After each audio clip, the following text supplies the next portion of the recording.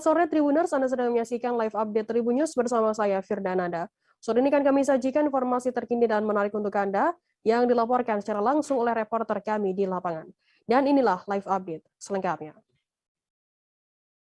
Kita ke berita pertama, Saudara. Jembatan kaca di objek wisata Buntu Burake, Kecamatan Makale, Tanah Toraja retak Rabu 23 Februari. Kaca yang retak pada bagian sebelah selatan jembatan. Keretakan terjadi secara merata di salah satu lembaran kaca jembatan.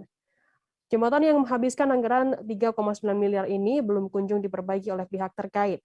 Pihak Bapenda Tanah Toraja memasang tanda larangan di dinding kaca agar diketahui oleh wisatawan. Informasi lebih lengkapnya akan disampaikan oleh rekan jurnalis kami dari Tribun Timur, ada Tommy Pasero yang akan melaporkannya. Silakan laporan Anda, Tommy. Baik, Firda dan Tribuners, dapat informasikan bahwa jembatan kaca yang berada di pelataran objek wisata Patung Tuhan Yesus Memberkati di Buntu Burake, Kecamatan Makale, Kabupaten Tanah Toraja, retak. Kaca yang retak pada bagian sebelah selatan jembatan. Keretakan terjadi secara merata di salah satu lembaran kaca jembatan. Pantauan kami saat ini jembatan atau anjungan kaca ini ditutup untuk wisatawan. Petugas dari Bapenda Tanah Toraja juga memasang tanda larangan di dinding kaca agar diketahui oleh wisatawan.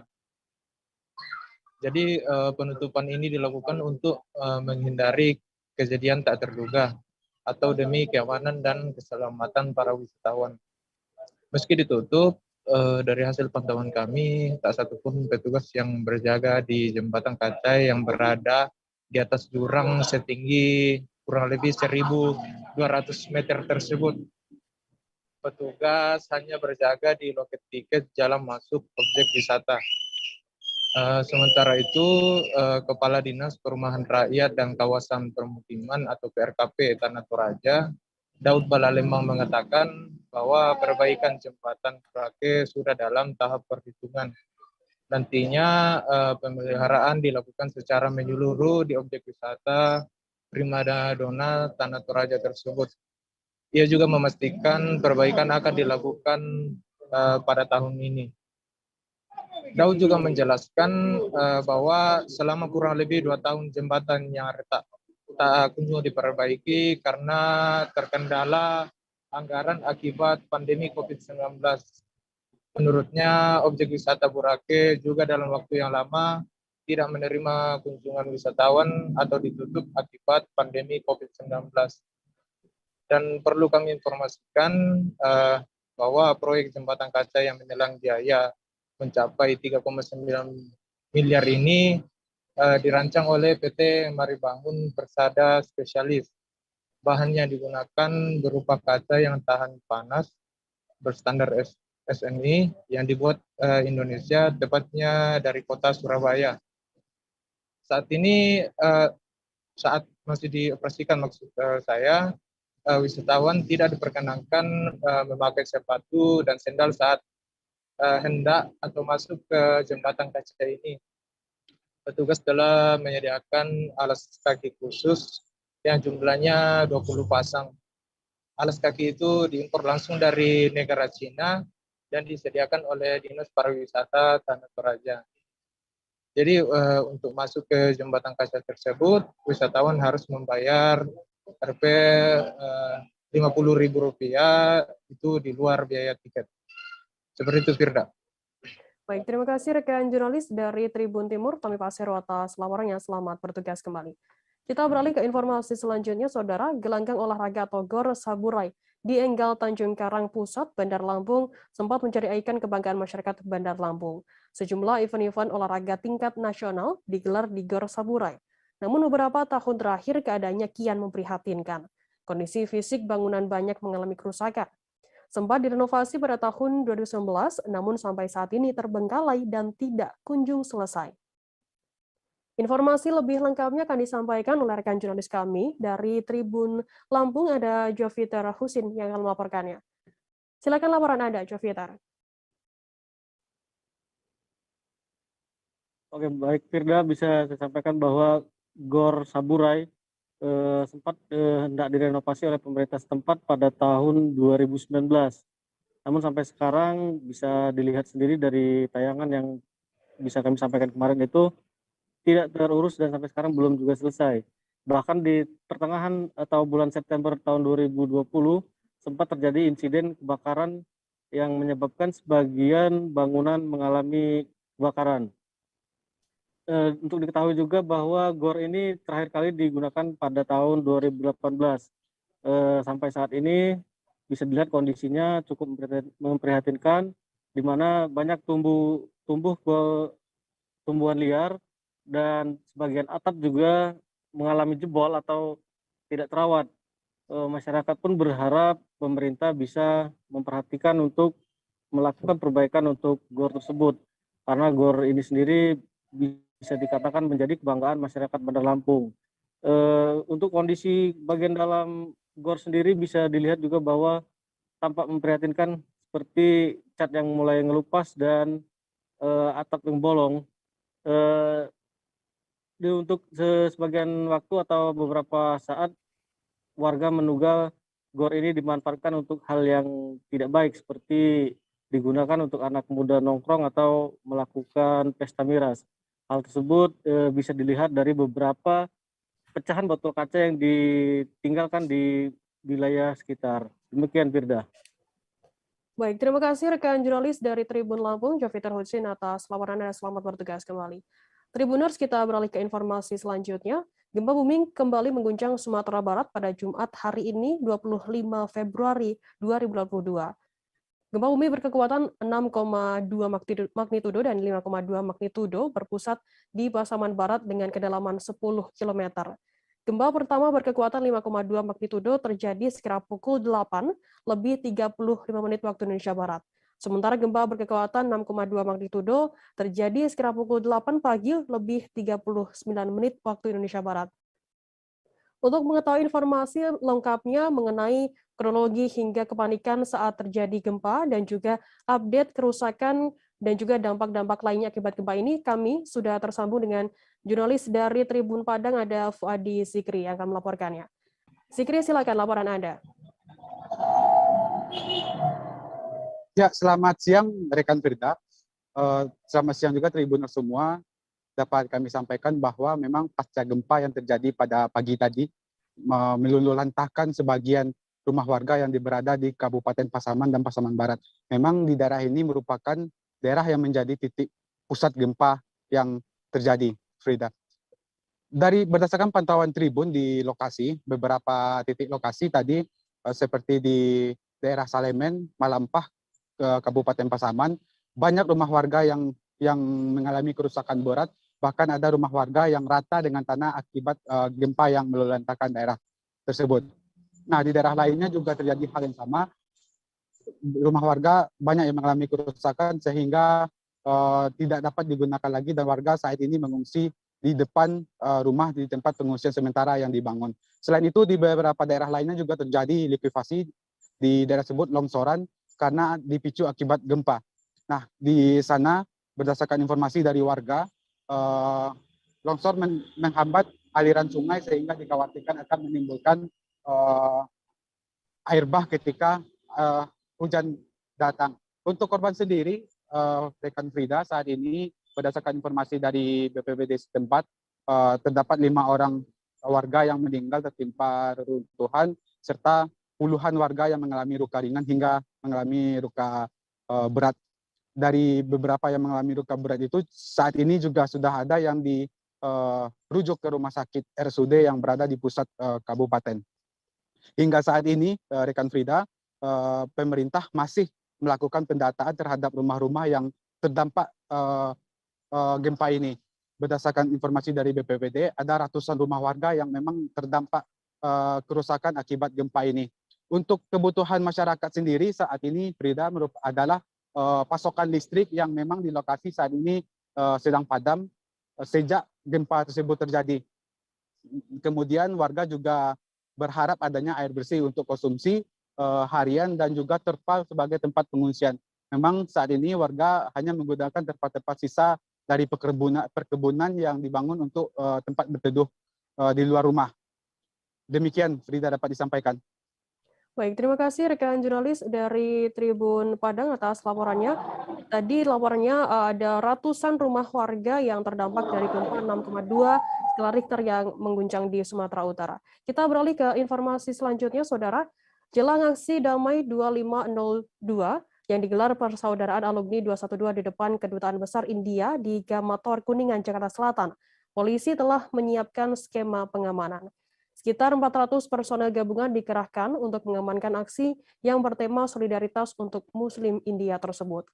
Aksi itu akan diikuti sejumlah komponen, diantaranya GNPF Ulama Front Persaudaraan Islam dan Spirit 212. Informasi lebih lengkapnya akan disampaikan oleh rekan jurnalis kami dari tribunnews.com, ada Fahdi Fahlevi di sana. Silakan laporan Anda, Fahdi. Ya, Firda. Ya, tadi masa aksi damai 2502 menggelar aksi di depan Kedutaan Besar India yang berlokasi di Gama Tower, kawasan Kuningan, Jakarta. Aksi ini bertujuan mengecam langkah pemerintah India yang melarang pemakaian hijab di lembaga pendidikan. Aksi ini dimotori oleh Persaudaraan Alumni 212, GNPF Ulama, FPI, dan beberapa ormas Islam lainnya. Tadi aksi dilaksanakan dimulai setelah sholat Jumat. Sekitar 1.000 massa tadi memadati depan Gedung Gama dan sempat menyebabkan kemacetan di kawasan Kuningan. Massa juga tadi sempat mencoba untuk bertemu dengan perwakilan dari Kedubes India, namun gagal begitu.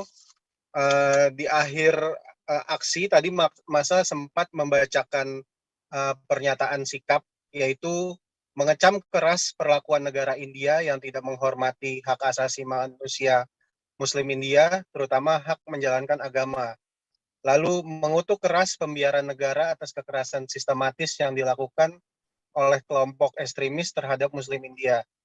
Kemudian massa juga meminta kepada komunitas internasional untuk tidak berdiam diri dengan bersikap tegas, lalu memberikan sanksi kepada India demi mencegah terjadinya genosida. Selanjutnya, massa juga meminta kepada Organisasi Kerjasama Islam atau OKI untuk menyelenggarakan sidang darurat atas kondisi yang menimpa umat Islam India. Kemudian, massa juga meminta kepada pemerintah Indonesia sebagai negara mayoritas Muslim terbesar untuk peduli dan tidak berdiam diri atas pelanggaran hak asasi manusia yang menimpa Muslim India. Terakhir, massa tadi menyerukan kepada seluruh umat Islam, terkhusus umat Islam Indonesia, secara aktif mengerahkan upaya untuk membantu saudara Muslim di India. Demikian, Firda. Baik, terima kasih rekan jurnalis dari tribunnews.com, Fahdi Fahlevi, atas laporannya. Selamat bertugas kembali. Tribuners, kita akan jeda sejenak, tetaplah di Live Update.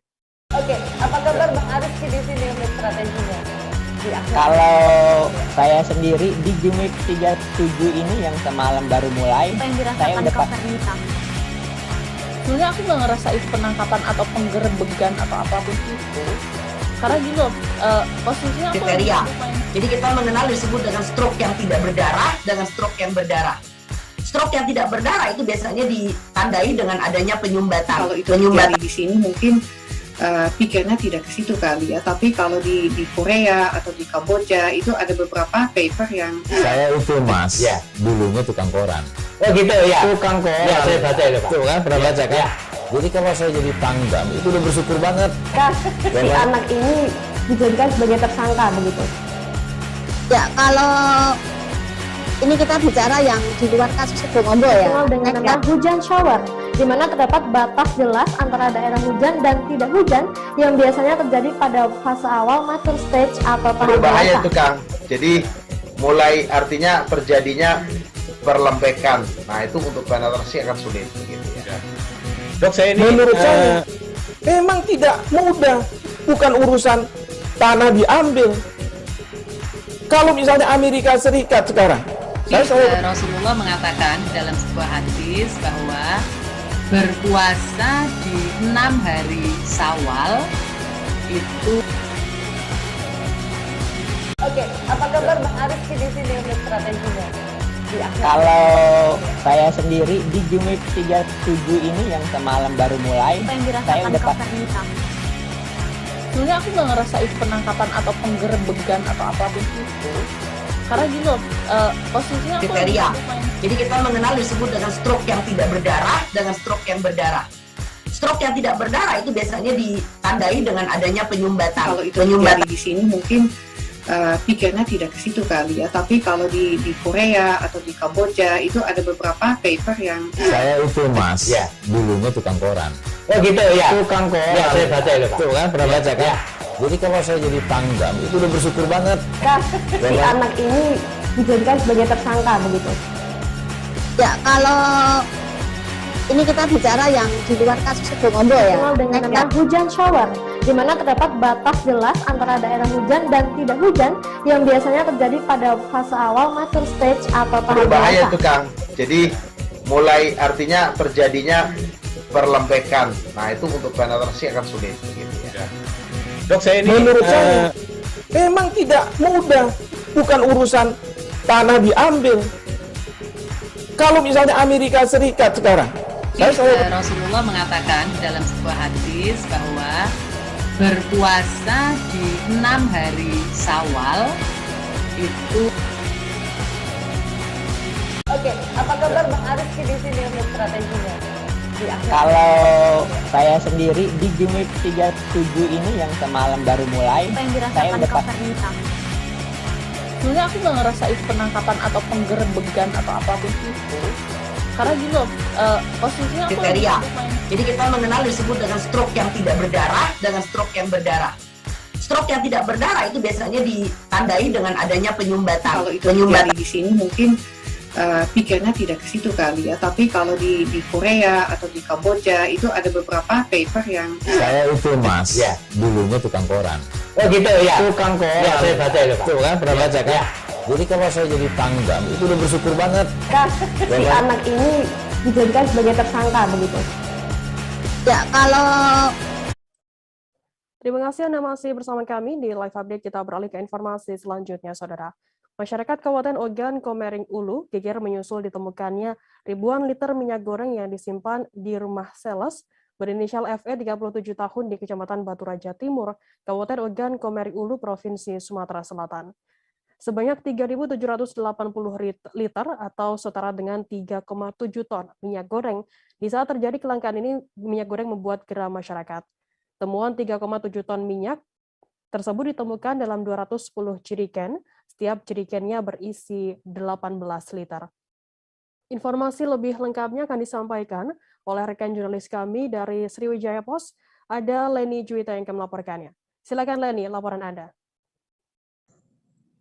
Baik rekan Firda, kita informasikan kepada pemirsa Tribun News bahwa terungkapnya kasus dugaan penimbunan minyak ini menyusul telah dilakukan sidak oleh PLH Bupati Ogan Komering Ulu bersama Kapolres Oku dan aparat terkait. Kemudian di saat sedang dilakukan sidak, lalu ada laporan dari Intel Polres yang menyebutkan ada dugaan penimbunan minyak di salah satu rumah warga di kawasan Jalan Raja Wali. Saat itu aparat sedang melakukan sidak di 4 lokasi distributor minyak goreng resmi. Namun begitu mendapat informasi ada dugaan penimbunan minyak di lokasi yang tidak resmi, bukan gudang, akhirnya Kapolres Oku bersama PLH Bupati Oku dan tim terkait terpadu langsung menuju ke lokasi.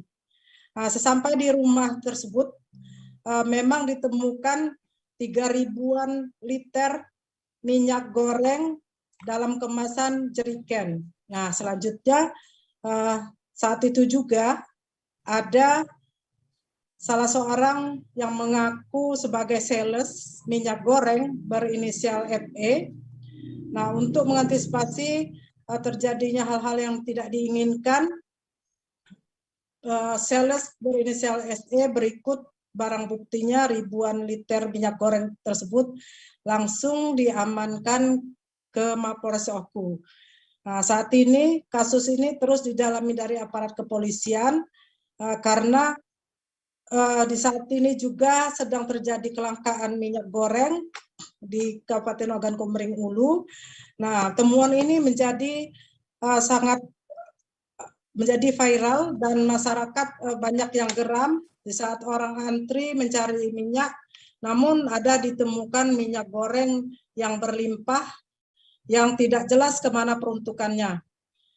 Langkah-langkah yang dilakukan polisi adalah dengan memanggil distributor yang didatangkan dari Palembang.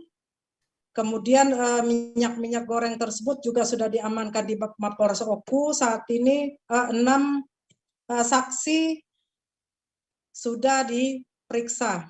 Polisi masih menunggu lebih lanjut untuk menangani kasus ini, apakah ada penyimpangan, apakah benar-benar menimbun atau memang ada peruntukan seperti untuk industri.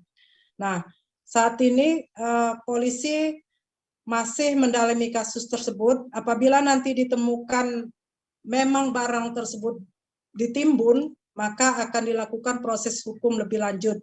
Sebaliknya, apabila tidak ditemukan pelanggaran, maka barang tersebut akan dikembalikan dan segera didistribusikan sesuai peruntukannya. Begitu, rekan Firda. Baik, terima kasih rekan jurnalis dari Sriwijaya Post, Leni Juwita, atas laporannya. Dan tadi Tribuners, Leni juga sudah menghimpun keterangan dari PLH Bupati Oku, Dr. Andes Haji Edward Chandra, dan juga Kapolres Oku AKBP Danu Agus Purnomo. Berikut liputannya untuk Anda. Ingin melihat ya rantai distribusi dari produsen kepada distributor, kemudian kepada agen-agen, kemudian juga kepada warung-warung kecil dan sampai ke masyarakat, ke konsumen. Kita lihat di mana ini ada tertahannya di mana, apa memang pasokan dari produsen memang kurang, atau ada titik-titik tertentu yang saya sampaikan tadi, ada yang terjadi misalnya penundaan distribusi atau penjualan. Karena di situasi semacam ini, di mana masyarakat misalnya membutuhkan minyak goreng dengan distributor yang memang sudah beberapa minggu ini tidak menerima pasokan. Baik, jadi sampai hari ini kami masih terus melakukan proses penyelidikan.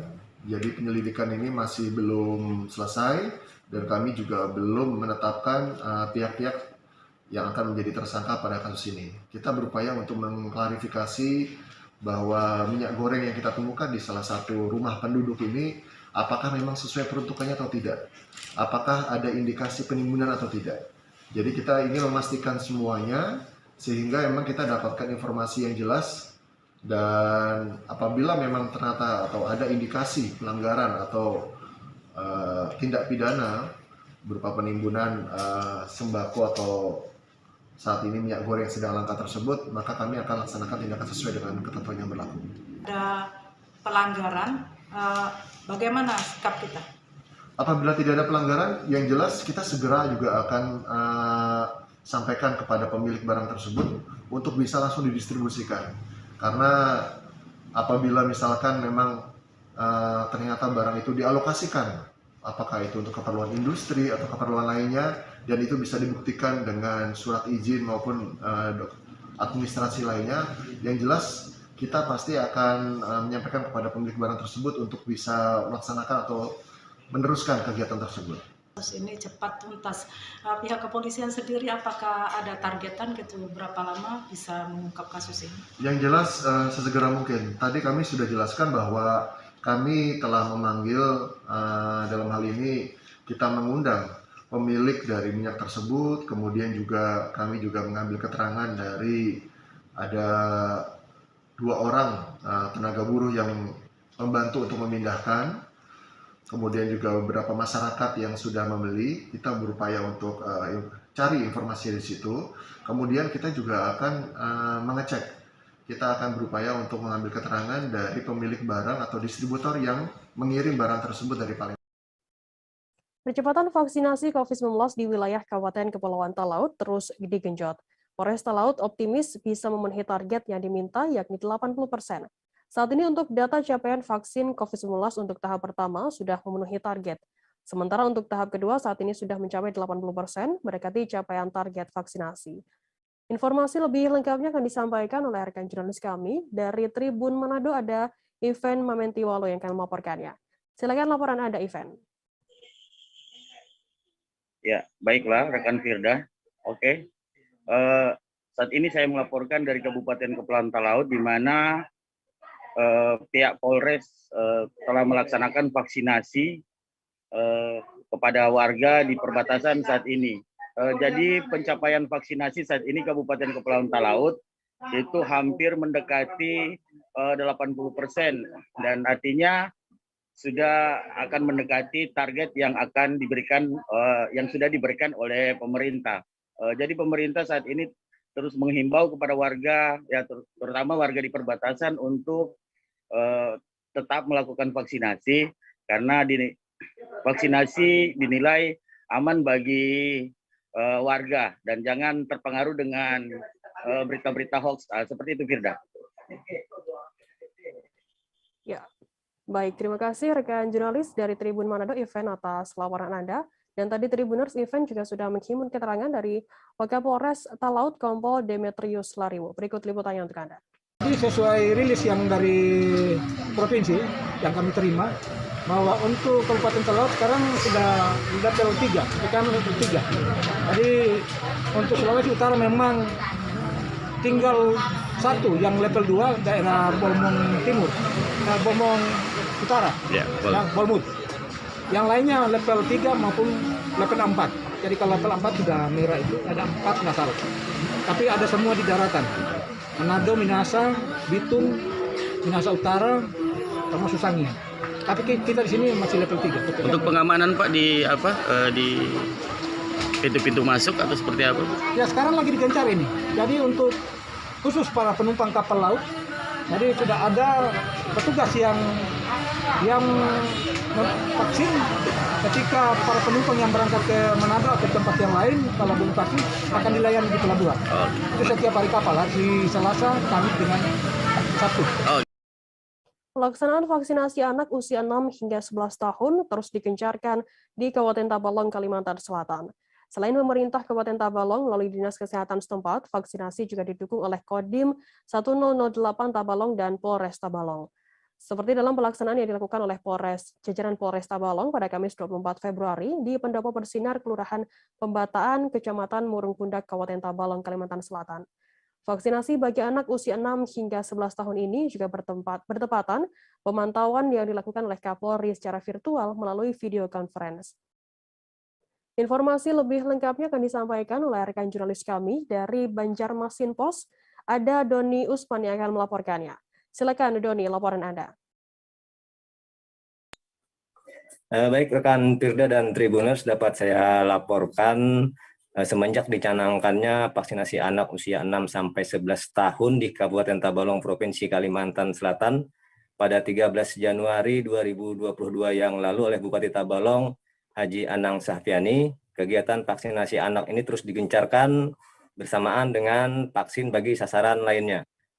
Dalam upaya percepatan cakupan vaksinasi ini, pemerintah Kabupaten Tabalong memang mendapat dukungan penuh dari Kodim 1008 Tabalong dan jajaran Polres Tabalong, di mana vaksinasi anak ini ada yang diselenggarakan di sekolah masing-masing, kemudian juga ada yang dipusatkan di lokasi-lokasi tertentu, seperti yang dilaksanakan di Pendopo Bersinar, Kelurahan Pembataan, Kecamatan Murung Pundak pada Kamis 24 Februari 2022, di mana pelaksanaan vaksinasi anak dilaksanakan oleh Polres Tabalong bekerja sama dengan vaksinator dari RSUD Haji Usman Dundrung Tanjung.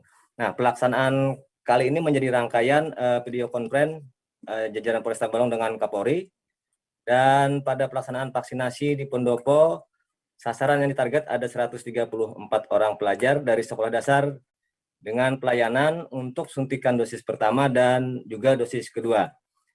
Pelaksanaan vaksinasi ini juga nampak sangat menarik perhatian masyarakat karena sejak pagi orang tua bersama anak-anak sudah datang ke pendopo bersinar untuk mengikuti vaksinasi.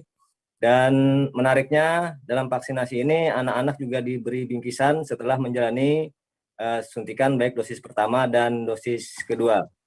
Dapat saya informasikan juga semenjak dicanangkan 13 Januari 2022 yang lalu, cakupan vaksinasi anak hingga kemarin atau kurang lebih 1 bulan lebih, dari sasaran 27.525 orang anak yang sudah mendapat dosis pertama ada 13.333 orang atau 48,4%, dan yang sudah mendapatkan dosis kedua ada 2.100 orang atau 7,6%. Begitu rekan Firda.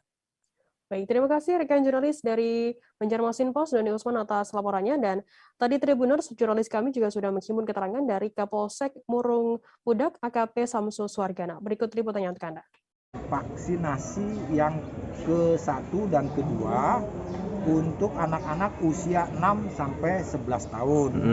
Untuk sasarannya ini ada anak-anak dari SDN Negeri 1 Pembataan dan juga ada beberapa warga yang memang ikut bervaksin di sini. Oh, siap. Untuk jumlah sasaran hari ini saya mengirim sebanyak 134 sasaran.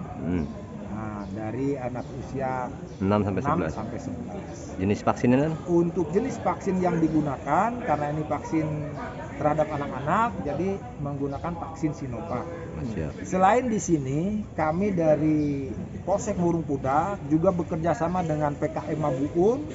Hari ini juga melaksanakan vaksinasi dengan menggunakan vaksin Polri, yaitu vaksin AstraZeneca yang dilaksanakan di workshop PT RTP Maburay. Untuk sasaran kurang lebih 83 sasaran sampai 100 sasaran. Adapun vaksin yang diberikan ini adalah vaksin yang ketiga, yaitu booster dengan vaksin AstraZeneca.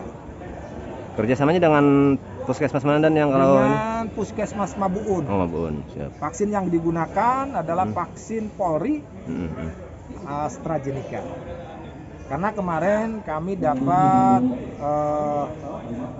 vaksin drop dari Polda untuk PKM Mabuun 300 dosis. Nah, ini mudah-mudahan kami bisa menghabiskan dari 300 dosis yang di Mabuun ataupun 300 dosis yang ada di PKM Murung Pudak.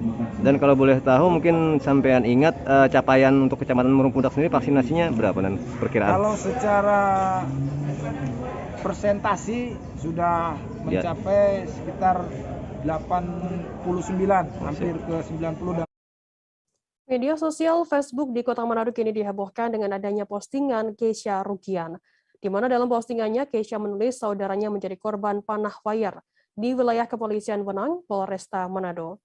Peristiwa tersebut terjadi di Jalan Sarapung, Wenang pada Rabu 23 Februari, sekira pukul 1 dini hari. Korban diketahui merupakan seorang perempuan bernama Melisa Pangemanan, 22 tahun, warga Kombos Timur, Singkil, Manado. Informasi lebih lengkapnya akan disampaikan oleh rekan jurnalis kami dari Tribun Manado, ada Fistel Muguan. Silakan laporan Anda, Fistel. Ya, terima kasih rekan Firda dan selamat sore Tribuners. Memang untuk kejadian panah wayar ini yang mengenai seorang perempuan yang mengenai bagian kepala sebelah pipi sebelah kanan korban, yaitu Melisa Pangemanan. Hal itu terjadi pada hari Rabu 23 Februari 2022 sekitar pukul 1 pagi atau subuh. Nah, dengan begitu saudara dari atau tante dari korban ini melakukan status di Facebook dan Facebook media sosial di Kota Manado khususnya viral dengan adanya korban akibat panah wayar ini. Nah, setelah itu dari pihak korban melakukan pelaporan ke Polsek Wenang karena kejadian tersebut terjadi di wilayah Kepolisian Wenang. Nah, menindaklanjuti laporan tersebut, tim Resmob dan Opsnal dari Polresta Manado langsung melakukan penyelidikan dan usai melakukan penyelidikan mereka langsung memburu para pelaku. Nah, dan ternyata dari hasil yang kami peroleh dari press conference dari Polresta Manado yang disampaikan langsung oleh Kasat Reskrim Polresta Manado Taufik Arifin yang didampingi langsung oleh Kasih Humas Ibtu Sumardi. Nah, dalam press conference ini Kasat Reskrim menjelaskan memang kronologinya mereka ada 6 orang yang mengendarai 2 sepeda motor, jadi masing-masing 1 sepeda motor 3 orang. Nah, motif dari pelaku ini ternyata ada dendam. Nah, dari pelaku, dari pengotak ini, salah satu pengotak ini pelaku ada dendam ke inisial N, tidak dijelaskan secara langsung oleh Kasat Reskrim, tapi dari pelaku ada dendam ke inisial M. Dan dari ke-6 pelaku ini dengan 2 motor saat malam hari mereka ketahui N sering nongkrong di lokasi kejadian atau di TKP. Nah, hanya dari motor dari salah satu pemeran utama yang menggunakan ini panawire, dia hanya melakukan target di sekumpulan orang, ternyata mengenai atau salah sasaran, tidak mengenai target mereka yaitu N, malahan hanya mengenai korban di bagian pipi. Nah, dengan mendapat informasi dari 6 orang pelaku ini dari tim Resmob dipimpin Kanit Resmob secara langsung, mereka menangkap 3 orang, yang 2 orang ditangkap di Karombasan, sedangkan yang 1 ditangkap sedang mengendarai angkot karena 1 pekerjaannya sopir angkutan kota. Nah, untuk 3 orang memang Kasat Reskrim sampaikan sementara diburu dan kalau tertangkap akan dimintai keterangan lebih lanjut kepada 3 orang ini. Nah, dengan kejadian ini menurut Kasat Reskrim Polresta Manado di tahun 2020 ini pertama kali terjadi di bulan Februari di tanggal 23 ini, yaitu adanya insiden panawire. Dengan begitu dari Kasat Reskrim menyampaikan kepada masyarakat jika ada atau melihat adanya pembuatan panawire segera melaporkan ke kepolisian terdekat baik di Polres atau di polsek-polsek terdekat. Nah, sedangkan korban sendiri saat ini masih dirawat di RS Bayangkara yang ada di Kota Manado. Korban sendiri sudah dikunjungi langsung oleh Kapolda Sulawesi Utara dan semua biaya dari operasi korban ini ditanggung oleh kepolisian Polda Sulut, dan saat ini korban sementara pemulihan di RS Bayangkara Kota Manado.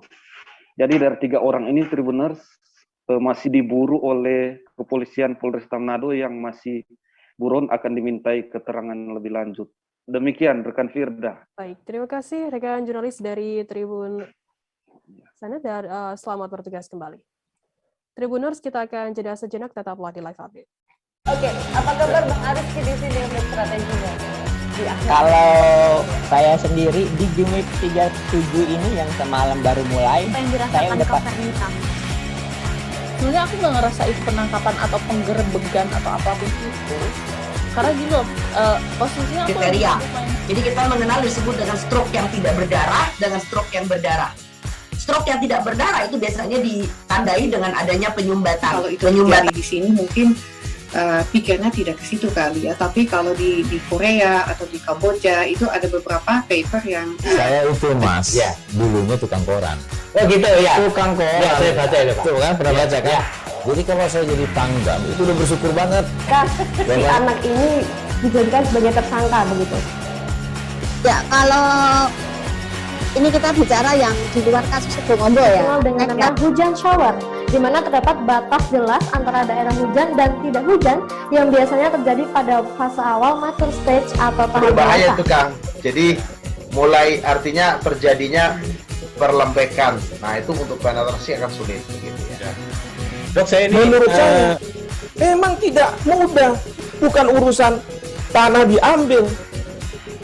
Kalau misalnya Amerika Serikat sekarang, Rasulullah mengatakan dalam sebuah hadis bahwa berpuasa di 6 hari Syawal itu.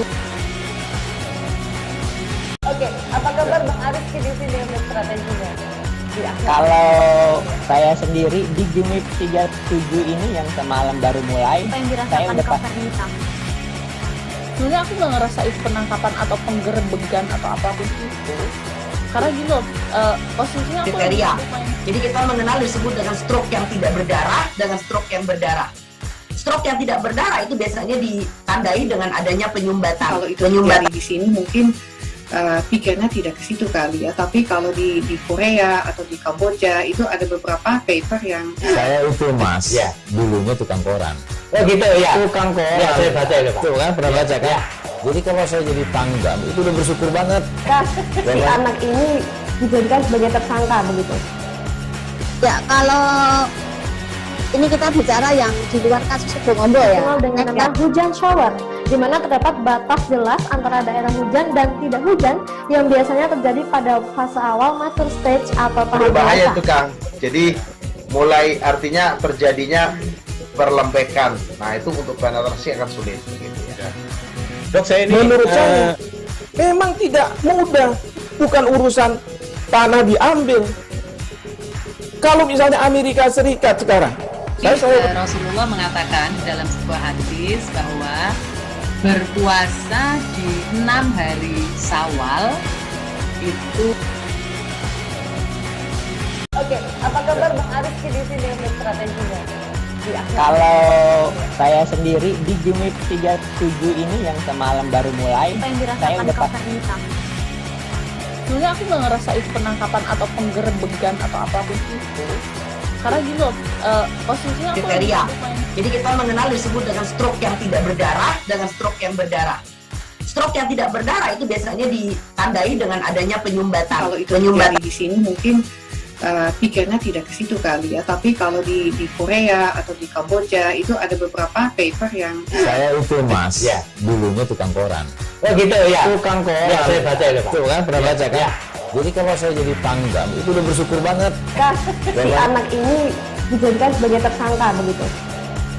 Ya, kalau ini kita bicara yang di luar kasus Sebongombo ya. Dengan nama hujan shower, di mana terdapat batas jelas antara daerah hujan dan tidak hujan yang biasanya terjadi pada fase awal mature stage atau tahap berbahaya dewasa. itu Kang. Jadi mulai artinya terjadinya perlembekan. Nah itu untuk penetrasi akan sulit. Gitu, ya. Dok, saya ini menurut saya memang tidak mudah, bukan urusan tanah diambil. Kalau misalnya Amerika Serikat sekarang, Rasulullah mengatakan dalam sebuah hadis bahwa berpuasa di 6 hari Syawal itu. Oke, apa kabar Bang Aris di sini dengan strateginya? Kalau saya sendiri di Gimik 37 ini yang semalam baru mulai, saya udah sebenarnya aku nggak ngerasain penangkapan atau penggerebekan atau apapun itu, karena gini loh, posisinya aku kriteria. Jadi kita mengenal disebut dengan stroke yang tidak berdarah dengan stroke yang berdarah. Stroke yang tidak berdarah itu biasanya ditandai dengan adanya penyumbatan. Kalau itu terjadi di sini mungkin pikirnya tidak ke situ kali ya, tapi kalau di Korea atau di Kamboja itu ada beberapa paper yang saya itu Mas, ya, dulunya tukang koran. Oh gitu ya, Tukang koran. Ya, saya baca ya, Pak. Tuh kan, pernah baca kan? Ya. Jadi kalau saya jadi tanggam, itu udah bersyukur banget. Si anak ini dijadikan sebagai tersangka begitu. Ya, kalau ini kita bicara yang di luar kasus Sebongombo ya. Dengan nama hujan shower, di mana terdapat batas jelas antara daerah hujan dan tidak hujan yang biasanya terjadi pada fase awal mature stage atau tahap berbahaya dewasa. itu Kang. Jadi mulai artinya terjadinya perlembekan. Nah itu untuk penetrasi akan sulit. Gitu, ya. Dok, saya ini menurut saya memang tidak mudah, bukan urusan tanah diambil. Kalau misalnya Amerika Serikat sekarang, Rasulullah mengatakan dalam sebuah hadis bahwa berpuasa di 6 hari Syawal itu. Oke, apa kabar Bang Aris di sini dengan strateginya? Kalau saya sendiri di Gimik 37 ini yang semalam baru mulai, saya udah Sebenarnya aku nggak ngerasa itu penangkapan atau penggerebegan atau apapun itu. Karena gini loh, posisinya aku kriteria. Jadi kita mengenal disebut dengan stroke yang tidak berdarah dengan stroke yang berdarah. Stroke yang tidak berdarah itu biasanya ditandai dengan adanya penyumbatan. Kalau itu terjadi di sini mungkin pikirnya tidak ke situ kali ya. Tapi kalau di Korea atau di Kamboja itu ada beberapa paper yang Saya itu Mas, dulunya tukang koran. Oh gitu ya. Tukang koran. Ya, saya baca itu, Pak. Tuh kan, pernah baca kan? Ya. Jadi kalau saya jadi pangdam itu udah bersyukur banget.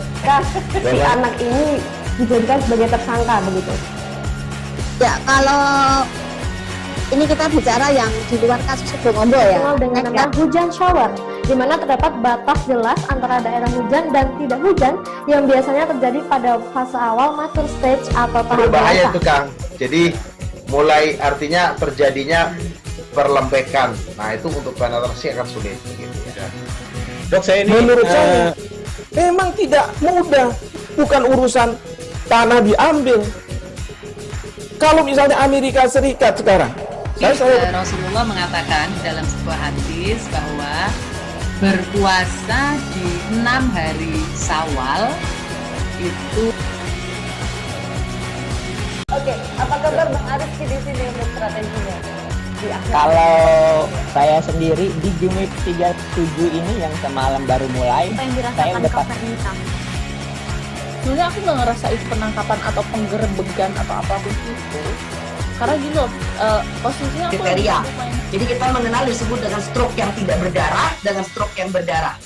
Stroke yang tidak berdarah itu biasanya ditandai dengan adanya penyumbatan. Kalau itu terjadi di sini mungkin pikirnya tidak ke situ kali ya. Tapi kalau di Korea atau di Kamboja itu ada beberapa paper yang Saya itu Mas, dulunya tukang koran. Oh gitu ya. Tukang koran. Ya, saya baca itu, Pak. Tuh kan, pernah baca kan? Jadi kalau saya jadi pangdam itu udah bersyukur banget. Si anak ini dijadikan sebagai tersangka begitu. Ya, kalau ini kita bicara yang di luar kasus Situbondo ya, dengan nama hujan shower, di mana terdapat batas jelas antara daerah hujan dan tidak hujan yang biasanya terjadi pada fase awal mature stage atau. Terima kasih Anda masih bersama kami di live update. Kita beralih ke informasi selanjutnya, Saudara. Dua nelayan asal Kecamatan Bukit Bestari, Kota Tanjung Pinang hilang sejak Kamis 24 Februari. Keduanya yakni Mustafa 42 tahun dan Nur Alam 16 tahun. Tim SAR gabungan mencari dua nelayan yang dilaporkan hilang tersebut. Pencarian terfokus di sekitar perairan Pantai Siambang, Dompak, Kota Tanjung Pinang, Provinsi Kepulauan Riau, Jumat 25 Februari hari ini. Informasi lebih lengkapnya akan disampaikan oleh rekan jurnalis kami dari Tribun Batam, ada Endra Kaputra yang akan melaporkannya. Silakan Endra, laporan Anda. Baik Firda dan sahabat Tribun, dapat dilaporkan memang pada Kamis 24 Februari 2022 kemarin terjadi musibah kecelakaan laut di mana ada dua nelayan yang hilang saat menjaring ikan.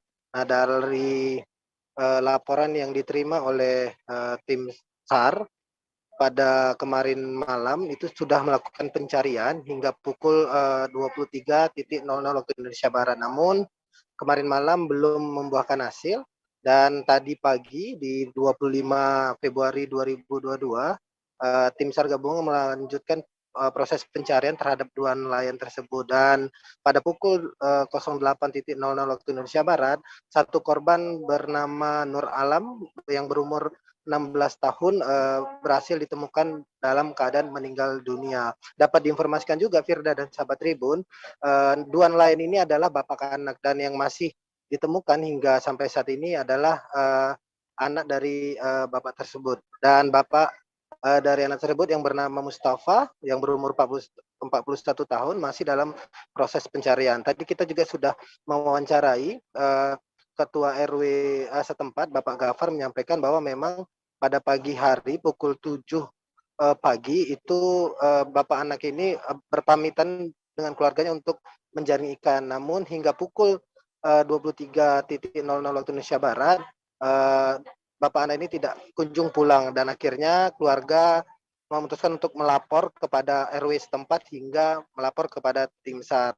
Tadi juga kita mewawancarai Kepala Operasi Basarnas Tanjung Pinang, Miswadi juga menyampaikan proses pencarian sampai saat ini masih dilakukan dan masih belum menemukan satu korban lagi. Begitu Firda dan sahabat Tribun. Baik, terima kasih rekan jurnalis dari Tribun Batam, Endra Kaputra atas laporannya. Dan tadi Tribuners Endra juga sudah menyimpulkan keterangan dari Kasih Operasional Basarnas Tanjung Pinang, Miswadi, dan juga Ketua RW Tanjung Siambang, Gafar. Berikut liputannya untuk Anda. Jadi himbauan dari kita Basarnas itu berharap dengan kondisi cuaca seperti ini ya, bagi nelayan atau pelaut ya diutamakan safety-nya Pak, bahwa kita berharap ada pelampung, alat komunikasinya di bawah, kalau terjadi hal nanti ini bisa ada komunikasi Pak. Selanjutnya sekitar pukul 20.00 tim SAR datang, warga saya pun saya suruh membantu mengevakuasi. Jadi sampai sekitar pukul 00 hampir pukul 1 dini hari belum ditemukan. Jadi kami pulang, tim SAR juga pulang, Bola Air juga pulang. Pagi tadi kita lanjutkan sekitar pukul 7 lewat, warga kita turun, ada tergerak hati warga ini untuk ke arah Basing. Jadi sekitar pukul 8 kurang lah. Sampai mereka di sana dapat berita, ketemu anaknya. Kondisi sudah tidak ada. Anaknya dengan siapa Pak? Anaknya dengan bapaknya.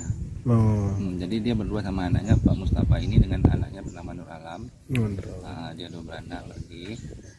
Jadi yang ketemu awal itu anaknya tadi pagi. Jadi sekarang ini jenazah masih dibawa ke masjid untuk disolatkan. Setelah sholat Jumat nanti sholat baru dikubumikan. Jadi untuk selanjutnya mungkin setelah sholat Jumat mungkin baru warga kami untuk membantu. Residivis Eksan Lili Hatta diamankan di Tres Narkoba Polda Maluku karena kedapatan memiliki narkoba sebanyak 32,96 gram. Eksan diamankan di rumahnya di kawasan Karangpanjang, Kota Ambon pada Kamis 3 Februari lalu pukul 1 siang. Kabid Humas Polda Maluku Kombes Pol Emrum Ohoirat mengatakan bahwa tersangka diamankan setelah anggota di Tres Narkoba mendapatkan informasi dan mencoba membuntuti dalam beberapa bulan terakhir. Tersangka mengaku mendapatkan barang haram tersebut dari saudaranya yang berada di Lembaga Pemasyarakatan Cipinang, Jakarta. Informasi lebih lengkapnya akan disampaikan oleh rekan jurnalis kami dari Tribun Ambon, ada Alvin Trisanto di sana. Silakan laporan Anda, Alvin. Ya, baik. Terima kasih rekan Firda. Jadi tersangka ini Eksan Lili Hatta ini udah memang dibuntuti oleh pihak Ditres Narkoba Polda Maluku di bulan Januari lalu. Namun pada menurut keterangan dari pihak polisi pada tanggal 27 Januari 2022 ini korban menelpon saudaranya yang berada di dalam LP Cipinang, Jakarta, yakni OP, dan pada tanggal 28 Januari OP ini langsung mengirimkan barang sabu-sabu ini kepada korban yang kepada pelaku yang berada di Ambon. Dan pada tanggal 3 Februari barang tersebut datang di Ambon melalui salah satu jasa pengiriman barang yakni JNE, dan pada saat itu langsung dilakukan penggerbekan di rumah pelaku. Menurut keterangan polisi di rumah pelaku di Karangpanjang, Kota Ambon, dan pada saat itu ditemukan barang tersebut yang di-packing di dalam sebuah kardus yang di dalamnya terdapat celana panjang yang di mana ada 2 paket bening yang disimpan di dalam celana, dibungkus dalam celana tersebut. Dan pada saat ditimbang ternyata jumlah narkoba jenis sabu-sabu ini seberat 32,96 gram atau bila dirupiahkan menjadi 32 juta lebih, begitu rekan Fira. Dan pada saat penangkapan juga polisi langsung membawa pelaku ke Ditres Narkoba untuk dilakukan penyidikan. Dan pada penyidikan awal korban mengaku bahwa barang tersebut didapat dari saudaranya yang berada di LP Cipinang di Jakarta Pusat. Dan saat ini juga polisi sedang melakukan pencarian kepada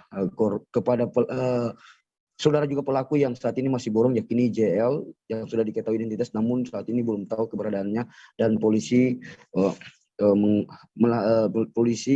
menganggap bahwa JL ini adalah salah satu juga perantara. Dan peredaran narkoba ini yang diketahui dari hasil penyelidikan bahwa bukan saja di Ambon, melainkan otak pelaku yang berada di Jakarta LP Cipinang ini juga menyalurkan barang ke 3 provinsi yakni Maluku Utara, Maluku, dan Papua. Dan ketiganya udah diringkus dan semua mengaku bahwa barang ini berasal dari OP. Dan dari keterangan pelaku sendiri bahwa pelaku menggunakan 32,96 gram ini tidak untuk dijual tapi melainkan digunakan sendiri. Dan untuk diketahui pelaku sendiri ini sudah pernah diciduk pada tahun 2009 dengan kasus serupa. Untuk itu pihak kepolisian saat ini sudah menetapkan tersangka dan sudah menjerat tersangka dengan pasal 114 subsidiar pasal 112 ayat 2 tentang Undang-Undang Nomor 29 tentang narkotika, hukuman penjaranya 6 sampai 20 tahun penjara. Begitu rekan Firda. Baik, terima kasih rekan jurnalis dari Tribun Ambon, Alvin Risanto, atas laporannya. Selamat bertugas kembali. Dan tadi Tribuners Alvin juga sudah menghimpun keterangan dari Kabir Humas Polda Maluku, Kombes Pol Emrum Ohoirat, dan juga Kanit 1 Subdit 3 Ditres Narkoba Polda Maluku Ibtu Andi Armin. Berikut liputannya untuk Anda. Sabu seberat 32,96 gram. Jadi seulang 32,96 gram. Jangan sampai ditulis lagi kilogram. Gram ya. Karena memang selama ini di Maluku itu peredaran narkoba di Maluku pusat ininya bukan di sini, tapi mulai dari Jakarta kemudian di Makassar. Di sini hanya menyalur berupa ini yang jumlahnya tidak terlalu besar. Kalau yang kali ini dibandingkan yang sebelum-sebelumnya, ini merupakan jumlah yang agak lumayan. Dalam kasus ini yang bersangkutan memesan, terus nanti menurut yang bersangkutan dia akan menggunakan sendiri barang ini. Karena dia dulu pernah menggunakan barang ini, dengan adanya pemesanan ini, ada juga salah satu orang yang terlibat dalam pemesanan ini yang saya depokan tadi. Yang saya sampaikan bahwa akan kita ada sementara masih DPO. Jadi dia ini mengatakan untuk hasil pemeriksaan kita itu yang bersangkutan mau menggunakan sendiri. Tapi kalau dilihat dari jumlah barang bukti, ya kita bisa berpersepsi. Tapi paling tidak kita harus membuktikan fakta itu bahwa dia sebagai pengedar. Karena untuk saat sekarang ini yang bersangkutan belum ada yang diedarkan karena barangnya sudah kita melakukan penangkapan. Berapa yang DPO? 1 orang, Pak. Kalau misalnya sekarang ini kan berkisar sampai ada yang bervariasi, ada di atas 1 juta, ada yang di bawah 1 juta. Tergantung pada siapa yang mengedarkan. Berarti ini di atas 30 juta ya Pak ya? Seperti itu Pak. Kalau ditotalkan dengan 32 gram, kalau dihitung 1 juta per sekian, berarti sekitar 32. Bahkan bisa lebih, bahkan mungkin bisa kurang, tergantung melakukan penjualan tersebut. Seseorang bernama Surya, 31 tahun, warga kampung Ule Rubek Barat, Kecamatan Sunudon, Aceh Utara diringkus warga karena diduga mencuri sepeda motor milik seorang nelayan Rabu 23 Februari. Surya mengakui mencuri sepeda motor Vario milik M. Husin, 61 tahun. Pelaku juga mengaku sebelumnya melarikan diri dari lapas Lok Sukon pada 30 September tahun 2001 lalu saat dirawat di sebuah puskesmas.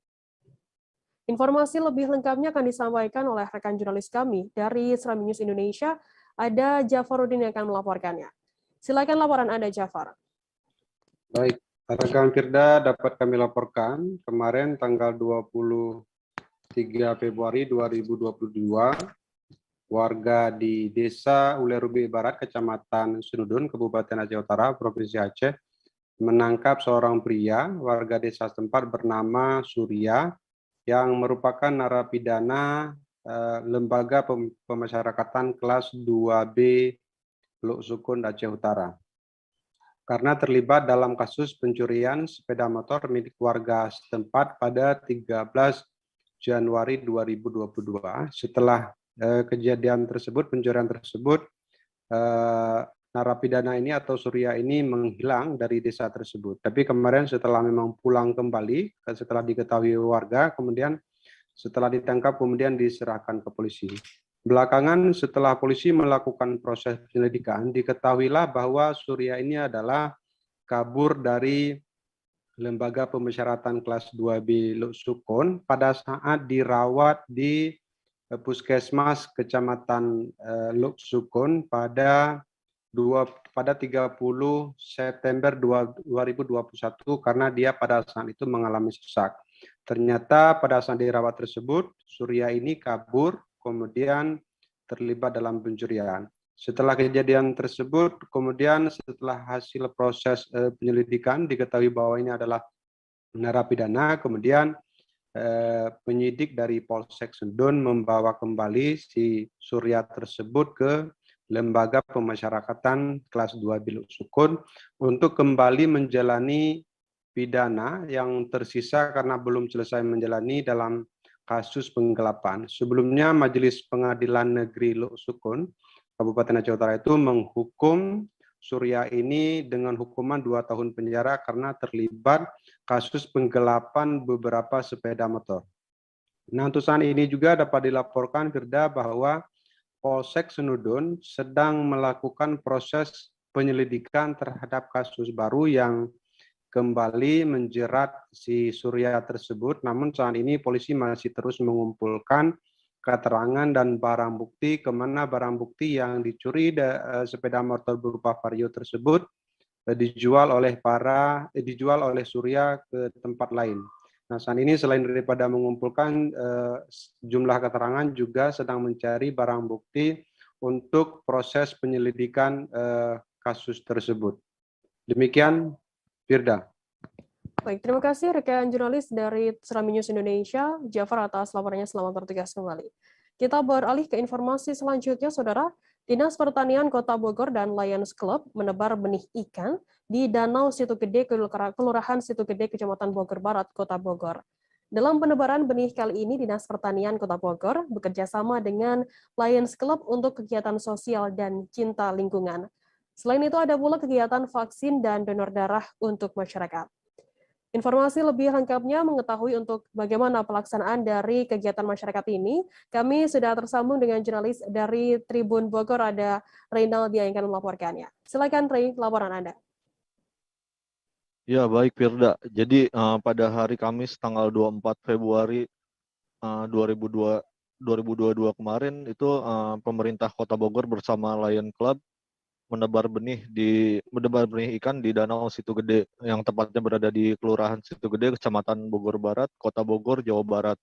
Jadi di dalam penebaran benih ini Lion Club bersama pemerintah Kota Bogor memang sudah bekerja sama sebelumnya. Jadi ada 23.000 benih ikan yang ditebarkan pada pagi itu, yang ditebarkannya juga oleh Wakil Wali Kota Bogor yaitu Dedi Arahim bersama Kepala Dinas Pertanian Kota Bogor. Dan juga dari 23.000 benih ikan tersebut, 20.000 diantaranya itu merupakan sumbangan dari Lion Club dan 3.000 diantaranya itu merupakan dari Dinas Pertanian Kota Bogor. Jadi selain ada penebaran benih kemarin, di situ juga ada sumbangan berupa tempat sampah, 10 tempat sampah tepatnya untuk wilayah Danau Situ Gede ini. Jadi di Danau Situ Gede ini memang sebelumnya terlihat kumuh, tetapi pemerintah Kota Bogor mencoba untuk membenahi dan mengeruk danau tersebut. Jadi untuk sekarang danau ini menjadi produktif dan menjadi kebutuhan masyarakat sekitar. Jadi maka dari itu pihak pemerintah bersama organisasi Lions Club ini mencoba untuk memberikan ikan-ikan di danau tersebut. Jadi kemarin diketahui benih ikan yang diturunkan di danau tersebut itu merupakan jenis ikan nila merah dan ikan nila hitam. Jadi di sini kemarin itu dengan penebaran benih ikan tersebut itu harapannya bisa menjadi strategi ketahanan pangan wilayah. Jadi itu bisa membuat semakin kuatnya kebutuhan pangan di wilayah tersebut. Seperti itu, Firda. Baik, terima kasih rekan jurnalis dari Tribun Bogor, Renaldi atas laporannya. Selamat bertugas kembali. Tribuners, kita akan jeda sejenak, tetaplah di Live Update. Oke, apa kabar Bang Arif di sini untuk strateginya? Kalau saya sendiri di Jumip 37 ini yang semalam baru mulai, saya udah sebenarnya aku nggak ngerasa itu penangkapan atau penggerebegan atau apapun itu, karena gini loh, posisinya aku kriteria. Jadi kita mengenal disebut dengan stroke yang tidak berdarah dengan stroke yang berdarah. Stroke yang tidak berdarah itu biasanya ditandai dengan adanya penyumbatan. Kalau itu terjadi di sini mungkin pikirnya tidak ke situ kali ya, tapi kalau di Korea atau di Kamboja itu ada beberapa paper yang saya itu Mas, ya, dulunya tukang koran. Oh gitu ya. Tukang koran. Ya, saya baca itu Pak. Tuh kan pernah baca kan? Ya. Jadi kalau saya jadi tanggam itu udah bersyukur banget. Si anak ini dijadikan sebagai tersangka begitu. Ya, kalau ini kita bicara yang di luar kasus Sebongombo ya. Dengan nama hujan shower, di mana terdapat batas jelas antara daerah hujan dan tidak hujan yang biasanya terjadi pada fase awal mature stage atau tahap berbahaya dewasa. itu Kang. Jadi mulai artinya terjadinya perlembekan. Nah itu untuk penetrasi akan sulit. Gitu ya. Dok, saya ini menurut saya memang tidak mudah, bukan urusan tanah diambil. Kalau misalnya Amerika Serikat sekarang, Rasulullah mengatakan dalam sebuah hadis bahwa berpuasa di 6 hari Syawal itu. Oke, apa kabar Bang Arif di sini untuk strateginya? Kalau saya sendiri di Jumip 37 ini yang semalam baru mulai, saya udah sebenarnya aku nggak ngerasa itu penangkapan atau penggerebegan atau apapun itu, karena gini loh, posisinya aku kriteria. Jadi kita mengenal disebut dengan stroke yang tidak berdarah dengan stroke yang berdarah. Stroke yang tidak berdarah itu biasanya ditandai dengan adanya penyumbatan. Kalau itu terjadi di sini mungkin pikirnya tidak ke situ kali ya, tapi kalau di Korea atau di Kamboja itu ada beberapa paper yang saya itu Mas, ya, dulunya tukang koran. Oh gitu ya. Tukang koran. Ya, saya baca itu Pak. Tuh kan pernah baca kan? Ya. Jadi kalau saya jadi tanggam itu udah bersyukur banget. Si anak ini dijadikan sebagai tersangka begitu. Ya, kalau ini kita bicara yang di luar kasus Sebongombo ya. Dengan nama hujan shower, di mana terdapat batas jelas antara daerah hujan dan tidak hujan yang biasanya terjadi pada fase awal mature stage atau tahap berbahaya dewasa. itu Kang. Jadi mulai artinya terjadinya perlembekan. Nah itu untuk penetrasi akan sulit. Gitu ya. Dok, saya ini menurut saya memang tidak mudah, bukan urusan tanah diambil. Kalau misalnya Amerika Serikat sekarang, Rasulullah mengatakan dalam sebuah hadis bahwa berpuasa di 6 hari Syawal itu. Oke, apa kabar Bang Arif di sini untuk strateginya? Kalau saya sendiri di Jumip 37 ini yang semalam baru mulai, saya udah sebenarnya aku nggak ngerasa itu penangkapan atau penggerebegan atau apapun itu, karena gini loh, posisinya aku kriteria. Jadi kita mengenal disebut dengan stroke yang tidak berdarah dengan stroke yang berdarah. Stroke yang tidak berdarah itu biasanya ditandai dengan adanya penyumbatan. Kalau itu terjadi di sini mungkin pikirnya tidak ke situ kali ya, tapi kalau di Korea atau di Kamboja itu ada beberapa paper yang saya itu Mas, ya, dulunya tukang koran.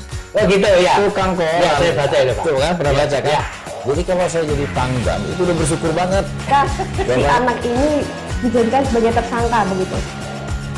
Ya, kalau ini kita bicara yang di luar kasus Sebongombo ya. Dengan nama hujan shower, di mana terdapat batas jelas antara daerah hujan dan tidak hujan yang biasanya terjadi pada fase awal mature stage atau tahap berbahaya dewasa. itu Kang. Jadi mulai artinya terjadinya perlembekan. Nah itu untuk penetrasi akan sulit. Gitu ya. Dok, saya ini menurut saya memang tidak mudah, bukan urusan tanah diambil. Kalau misalnya Amerika Serikat sekarang, Rasulullah mengatakan dalam sebuah hadis bahwa berpuasa di 6 hari Syawal itu. Oke, apa kabar Bang Arif di sini untuk strateginya? Kalau saya sendiri di Jumip 37 ini yang semalam baru mulai, saya udah sebenarnya aku nggak ngerasain penangkapan atau penggerebegan atau apapun itu, karena gini loh, posisinya aku kriteria. Jadi kita mengenal disebut dengan stroke yang tidak berdarah dengan stroke yang berdarah. Stroke yang tidak berdarah itu biasanya ditandai dengan adanya penyumbatan. Kalau itu terjadi di sini mungkin. Terima kasih Anda masih bersama kami di live update. Kita beralih ke informasi selanjutnya, Saudara. Seorang pria berinisial HS ditangkap unit Reskrim Polsek Lubuk Raja lantaran melakukan tindak pidana pengeroyokan terhadap SA di depan Salon Nagoya Newton, Blok G nomor 10, Kecamatan Lubuk Raja, Kota Batam pada Rabu 5 Februari lalu. Yang ditangkap di kawasan Pasar Second, Lubuk Baja pada Senin 21 Februari. Saat melakukan pengeroyokan, HS tidak sendirian, ia dibantu oleh 5 rekannya yang saat ini tengah buron. Informasi lebih lengkapnya akan disampaikan oleh rekan jurnalis kami dari Tribun Batam. Ada Roni Lodolaling di sana. Silakan laporan Anda, Roni. Ya, selamat sore Firda dan juga Tribuners. Dapat kami laporkan bahwasannya seorang pria berinisial HS harus mempertanggungjawabkan perbuatannya di hadapan kepolisian. HS baru saja ditangkap unit Reskrim Polsek Lubuk Baja lantaran melakukan tindak pidana pengeroyokan terhadap SA di depan Salon Nagoya Newton, Blok G nomor 10, Kecamatan Lubuk Baja, Kota Batam pada Rabu 5 Februari 2022 yang lalu. Ia ditangkap di Pasar Second Lubuk Baja pada Senin 21 Februari 2022 yang lalu. Kapolsek Lubuk Baja Kompol Budi Hartono mengatakan bahwa pada saat melakukan pengeroyokan, HS tidak sendirian. Ia dibantu oleh 5 rekannya yang saat ini masih buron. Dari hasil pemeriksaan, mereka melakukan pengeroyokan terhadap SA dengan cara memukul di bagian punggung belakang menggunakan kayu balok. Tidak hanya itu, pelaku lain juga melakukan pemukulan di beberapa badan SA dan menendang korban hingga terjatuh.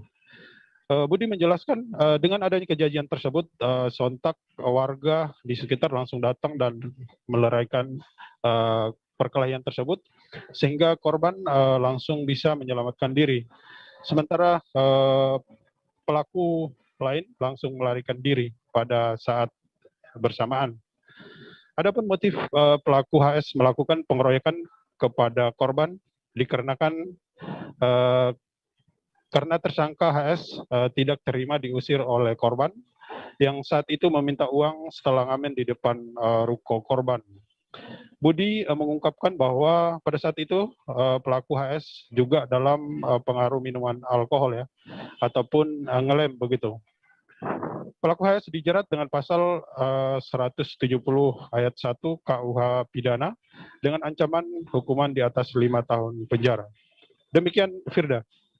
Baik, terima kasih rekan jurnalis dari Tribun Batam, Roni Lodolaling atas laporannya. Dan tadi Tribuners, Roni juga sudah menghimpun keterangan dari Kapolsek Lubuk Baja Kompol Budi Hartono. Berikut liputannya untuk Anda. Pelaku tindak pidana pengeroyokan, penganiayaan secara bersama-sama. Siapa yang dikeroyok? Jadi ada pemilik salon yang ada di Din Salon yang ada di Komplek Newton. Nama korban berinisial SA. Apa yang membuat dia melakukan penganiayaan, Pak? Jadi motif daripada tersangka ini atau pelaku ini karena tidak merasa tersinggung ya, dia tidak terima pada saat itu si pelaku atau tersangka meminta uang kepada korban dan saksi pada waktu itu masih duduk-duduk di depan salon karena tidak diberi dan istilahnya diusir untuk pergi secara mungkin tidak terima karena tersinggung, akhirnya dilakukanlah perbuatan ini terhadap korban. Luka apa yang dialami oleh korban? Jadi di bagian belakang itu memar, kemudian bagian leher, sekitar leher yang memar karena akibat dipukul dengan kayu. Berapa orang pelaku, Pak? Jadi semuanya itu ada berenam. berenam, kemudian satu sudah kita amankan ini berinisial HS, kemudian satu kita tahu karena dekat dengan HS, DR, kemudian kita cari juga kemarin itu tidak dapat di tempat biasanya dia tinggal, kemudian yang 4-nya lagi kita belum tahu sama sekali identitas, tapi tetap kita cari untuk lidik pengembangannya. Pak, tadi Bapak bilang pelaku dalam pengaruh lem dan minuman alkohol. Artinya dia mabuk lem gitu? Pada waktu itu memang kalau bisa ditanya sama pelaku juga pasti dia tidak akan mengakui karena pada saat itu saksi-saksi bilangnya pada memang dialah pelakunya. Kemudian memang pada saat itu lagi dalam keadaan mabuk. Waktu dibawa kita tangkap memang dalam keadaan mabuk. Pandemi COVID-19 mengharuskan semua orang beraktivitas di rumah guna mencegah penyebaran dan penularan virus. Tak hanya orang dewasa yang beraktivitas terbatas, anak-anak bahkan tak bisa belajar tatap muka di sekolah dan mengharuskan mereka belajar secara daring. Berangkat dari hal tersebut, komunitas Sekolah Rakyat Bekasi hadir untuk memberikan ruang kepada anak-anak kawasan Teluk Buyung, Bekasi Utara untuk belajar bersama di luar rumah mereka dan menyatu dengan alam. Informasi lebih lengkapnya akan disampaikan oleh rekan jurnalis kami. Dari wartakotalive.com ada Yolanda Putri yang akan melaporkannya. Silakan laporan Anda, Yolanda. Ya baik, selamat sore Firda dan Tribuners. Bahwa memang saat ini, tepatnya 2022, Komunitas Sekolah Rakyat Bekasi ajak anak-anak belajar sekolah alam, di mana komunitas Sekolah Rakyat Bekasi hadir untuk memberikan ruang kepada anak-anak yang memang mengingat pandemi COVID-19, semua anak-anak belajar secara daring. Berangkat dari hal tersebut, makanya relawan dari Sekolah Rakyat Bekasi menghadirkan sekolah alam yang dapat mengajak anak-anak untuk belajar terhadap lingkungan sekitar, begitu Firda. Lalu dengan lahan yang tidak begitu besar, sebanyak 15 orang anak ikut belajar membuat kreativitas baju tie-dye. Relawan Komunitas Sekolah Rakyat Bekasi atau biasa yang dikenal SRB, tadi mengatakan bahwa komunitas ini memang sudah didirikan sejak Oktober 2021. Adapun kegiatan belajar non-formal ini diadakan setiap seminggu sekali, khususnya untuk hari Sabtu, dan dimulai pada jam 4 sore. Untuk relawan yang berpartisipasi dalam komunitas ini, menurut Tari berasal dari berbagai elemen masyarakat, yakni hadir terdiri dari pekerja, wirausaha, dan juga pelajar. Bahkan rata-rata komunitas ini pun ada yang masih berada di tingkat sekolah menengah atas atau SMA. Selain membuat kreativitas baju tie-dye, Tari bersama relawan lainnya juga mengajarkan anak-anak untuk mengetahui bagaimana cara memilah sampah organik dan non-organik, menyaring air keruh menjadi jernih, dan edukasi reptil. Jumlah anak-anak yang terdaftar di Komunitas Sekolah Rakyat Bekasi ini sekiranya ada 25 anak, namun untuk setiap kegiatannya jumlahnya sangat dinamis.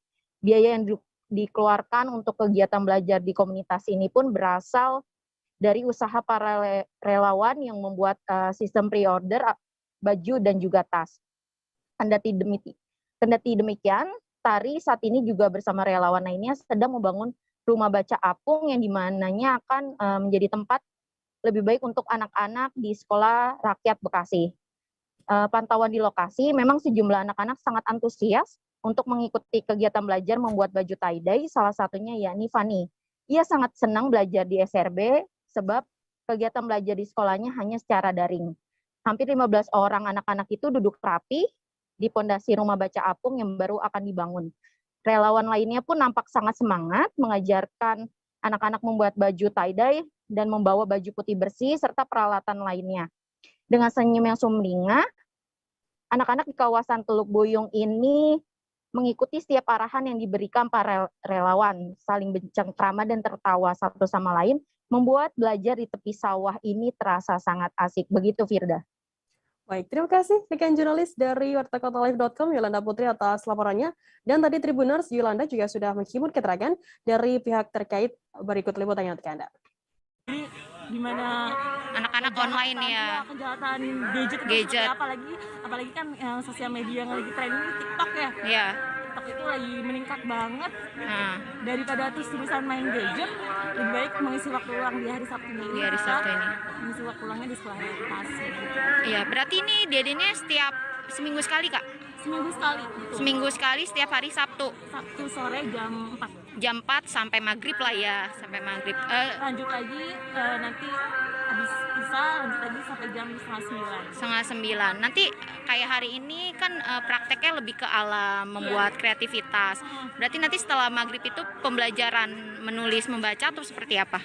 Kita pendidikan informal semua sih, kita seru-seruan aja. Jadi pendidikan yang nggak pernah mereka dapat di sekolah bisa didapatkan di karena pandemi kan jarang ada praktek ya, makanya di sini khususnya untuk anak-anak kawasan Teluk Buyung ini jadi dibuat kreativitas, kegiatan lebih ke alam gitu ya, Kak. Kalau untuk komunitas sendiri ini terdiri dari mahasiswa, pekerja itu seperti apa, Kak? Relawan?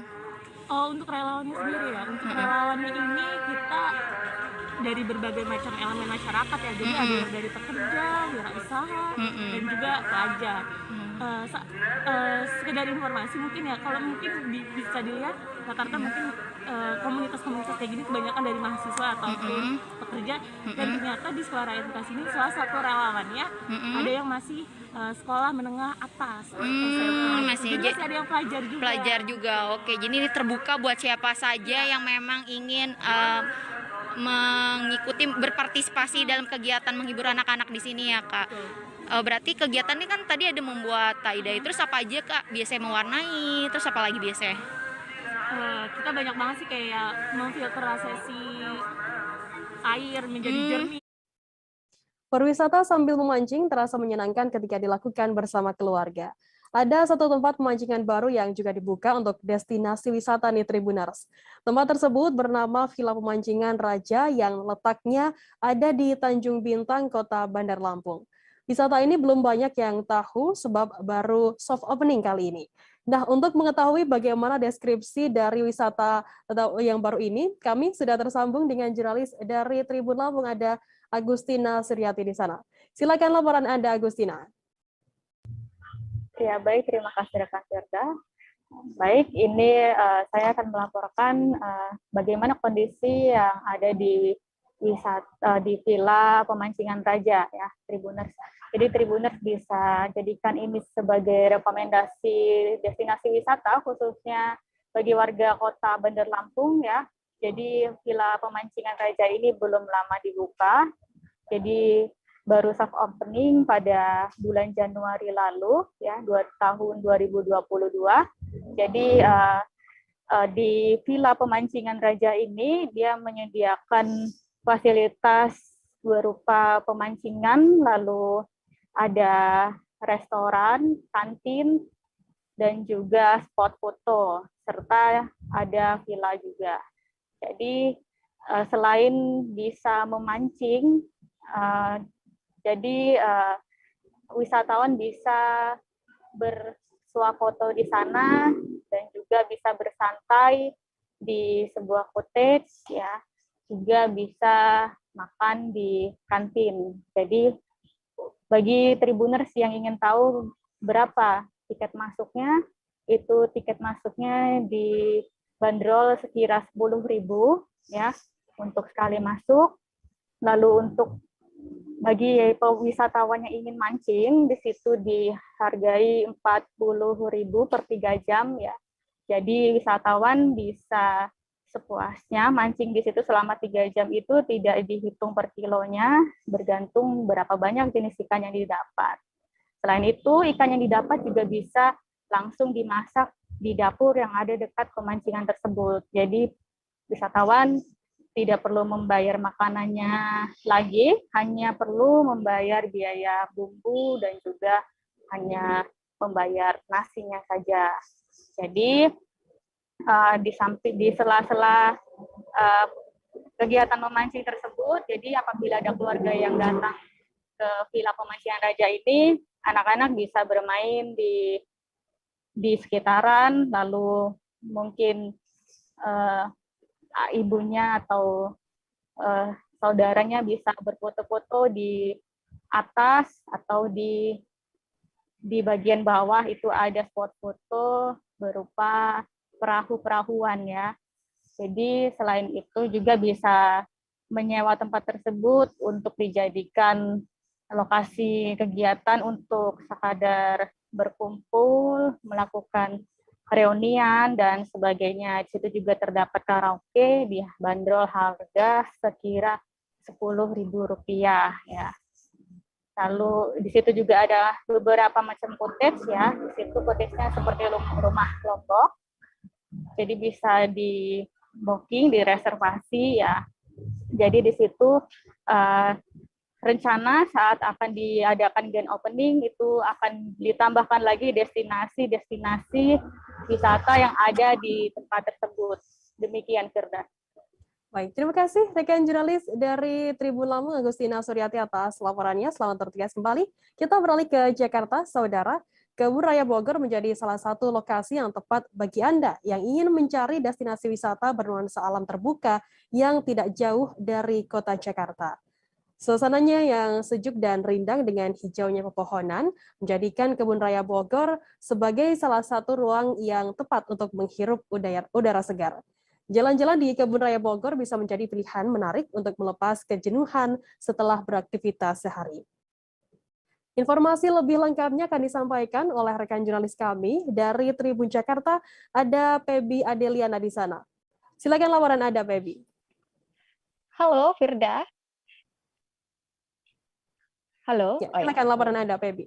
Iya, Tribuners, pernahkah Anda mencoba sensasi berkeliling Kebun Raya Bogor sambil mengendarai skuter? Nah, kalau belum, Anda boleh mencoba nih, karena baru-baru ini Kebun Raya Bogor menyediakan layanan fasilitas penyewaan skuter begitu. Nah, layanan ini merupakan salah satu fasilitas baru yang mulai ada sejak Desember 2021 kemarin, atau sekitar 3 bulan baru-baru ini begitu, Tribuners. Nah, jadi menurut informasi yang kami dapatkan dari Ferry, salah seorang pemandu skuter di Kebun Raya Bogor, memang saat ini penggunaan penyewaan skuter listrik ini menjadi salah satu fasilitas yang banyak digemari oleh para pengunjung, khususnya bagi kaum muda. Nah, saking ramainya, bahkan peminatnya pun sampai waiting list. Jadi kalau misalnya Tribuners belum pernah coba nih, boleh direkomendasikan untuk mencoba merasakan sensasi serunya jalan-jalan berkeliling Kebun Raya Bogor sambil mengendarai skuter listrik begitu.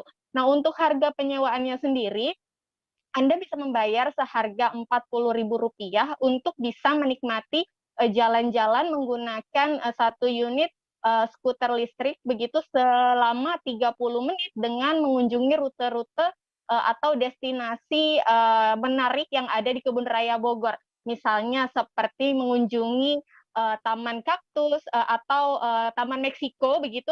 Kemudian juga ada Pohon Jodoh, kemudian ke Taman Astrid dan juga ke spot pohon pinang begitu. Nah, dengan membayar sewa Rp40.000 per 30 menit tersebut, itu sudah Anda bisa menikmati jalan-jalan, kemudian sudah termasuk dengan pemandu, dan juga pemandu tersebut akan mengawasi mulai dari penggunaan skuter tersebut, kemudian juga sampai foto-foto dan video begitu, Tribuners. Nah, jadi kalau Anda tertarik nih, Anda bisa datang langsung ke Kebun Raya Bogor, kemudian menyewa di shelter yang disediakan. Namun memang dibutuhkan kehati-hatian bagi Anda yang belum pernah mencoba rasanya mengendarai skuter listrik, karena memang selain dibutuhkan keseimbangan, kontrolnya juga terletak pada pedal gas yang ada di samping kanan stang skuter tersebut begitu, Tribuners. Nah, menurut wawancara kami dengan tim pemandu, memang ada beberapa hal yang harus diperhatikan dalam penyewaan skuter listrik ini. Salah satunya direkomendasikan untuk pengguna atau orang yang sudah bisa mengendarai sepeda motor begitu. Nah, kemudian juga selain itu disarankan untuk tidak melamun atau mengikuti panduan dari para pemandu yang mengawasi ketika penggunaan skuter listrik tersebut begitu. Nah, jadi memang saya sudah mencoba sendiri nih. Nah, walaupun karena saya baru pertama kali kemarin, memang masih agak sedikit lika-liku begitu ya, masih agak sedikit kegok. Oleh sebab itu, untuk Tribuners yang baru pertama kali coba juga harus hati-hati nih. Nah, oleh sebab itu dibutuhkan juga fokus dan juga jangan sampai jatuh gitu Tribuners. Nah, untuk menyewanya sendiri tadi sudah saya sampaikan 40.000 kita sudah bisa menyewa lengkap 1 unit skuter, kemudian juga bersama dengan helm sebagai pengaman dan juga dengan pemandunya begitu. Nah, untuk layanan ini sendiri bisa dinikmati mulai dari pukul 7 pagi hingga jam 3 sore. Namun sebagai catatan nih bagi Anda yang mau menyewa skuter tersebut harus cepat-cepat karena memang sekarang sedang ramai diminati oleh kaum muda. Stok skuter listrik tersebut juga seringkali kehabisan sehingga pengunjung pun harus waiting list begitu Firda. Ya, mungkin ini bisa jadi salah satu rekomendasi wisata untuk Tribuners yang akan melepas penat di akhir pekan nanti. Terima kasih Feby Adiliana dari Tribun Jakarta. Selamat bertugas kembali. Kita beralih ke informasi selanjutnya, Saudara. Salah satu tempat nongkrong yang cocok untuk dikunjungi bersama keluarga adalah Cafe 511 di Jalan Trunojoyo, Kota Malang. Cafe ini berada di lantai 2 sebuah kantor travel. Yang menarik di cafe ini adalah jika nongkrong di bagian teras belakangnya, di mana pemandangannya adalah lalu lintas kereta api dari stasiun Kota Baru Malang. Informasi lebih lengkapnya akan disampaikan oleh rekan jurnalis kami dari Surya Malang, ada Silvianita Widiawati di sana. Silakan laporan Anda, Silvi. Ya, selamat sore, Tribuners. Hari ini saya akan melaporkan tentang sebuah kafe di Kota Malang, namanya Cafe 511. Keunikan kafe ini adalah berada di lantai 2 dan sederet dengan stasiun Kota Baru Malang. Jadi kalau menunggu senja sambil nongkrong di tempat ini bisa melihat kereta api yang melintas dan bisa melihatnya sampai melewati di kafe tersebut. Banyak orang tua yang mengajak anak-anaknya untuk berkunjung ke kafe ini selain anak muda. Dari suasananya juga sangat menyenangkan dan bisa memilih di bagian teras belakang untuk datang ke kafe tersebut. Dari pilihan makanannya juga cukup menarik dan bisa dipilih mulai dari harga 12.000 sampai dengan yang lainnya. Untuk kondisi kafe sendiri pada sore hari paling banyak dikunjungi itu sekitar pukul 16 sampai 18.00 karena saat itu melintas kereta api lokal juga dan kereta api dari logistik yang membawa BBM. Bagi anak-anak cukup menyenangkan karena untuk masuk ke stasiun kereta api kan cukup sulit ya jika hanya untuk melihat kereta api. Namun dengan pilihan di kafe tersebut bisa mengajak anak-anak juga beredukasi dengan melihat kereta api tersebut. Demikian, Firda. Baik, terima kasih rekan jurnalis dari Surya Malang, Silvianita Widiawati atas rekomendasi tempat nongkrong di Kota Malang. Selamat bertugas kembali. Kita beralih ke informasi selanjutnya, Saudara. Narapidana di Lapas Kota Bumi melakukan aksi mural di Stadion Sukung Kota Bumi. Aksi mereka sudah berlangsung sekitar 2 pekan terakhir. Upaya ini dilakukan untuk mempercantik dan memperindah Stadion Sukung Kota Bumi yang selama ini tampak kusam. Informasi lebih lengkapnya akan disampaikan oleh rekan jurnalis kami dari Tribun Lampung, ada Anung Bayuardi di sana. Silakan laporan Anda. Ya, rekan Firda, di Lampung Utara sendiri memiliki Stadion Sukung. Awalnya stadion ini tampak kusam dan tidak terawat. Namun di tangan narapidana, khususnya warga binaan di Lapas Kota Bumi, tembok di Stadion Sukung ini dicat mural. Cat ini berasal dari sumbangan dari warga ataupun pihak-pihak tertentu yang lainnya. Mereka dengan senang hati untuk memberikan sumbangan tersebut. Kemudian para narapidana ini mengecat dengan melukiskan pemandangan di tempat tersebut. Kegiatan narapidana ini sudah berlangsung sejak 2 pekan terakhir. Namun sebelumnya mereka juga sudah membersihkan sekitar Stadion Sukung Kota Bumi dengan bersih-bersih sampah pada bulan Januari kemarin. Selain itu juga para narapidana ini menghibur masyarakat dengan mengadakan konser ataupun musik di halaman Stadion Sukong Kota Bumi.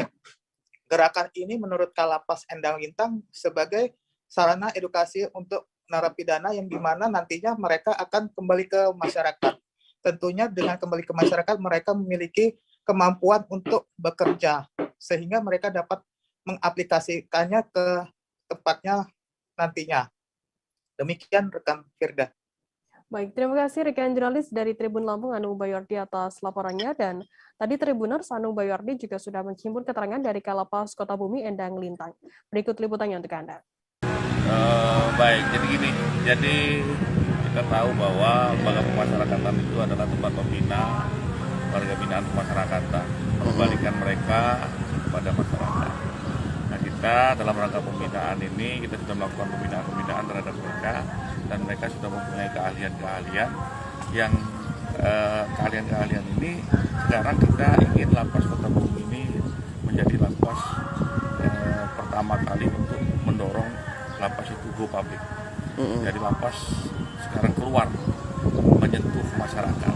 Nah, sekarang ini kita lihat, kita juga sudah main musik di sini. Kita lihat GOR stadion ini memang sepertinya perlu sentuhan.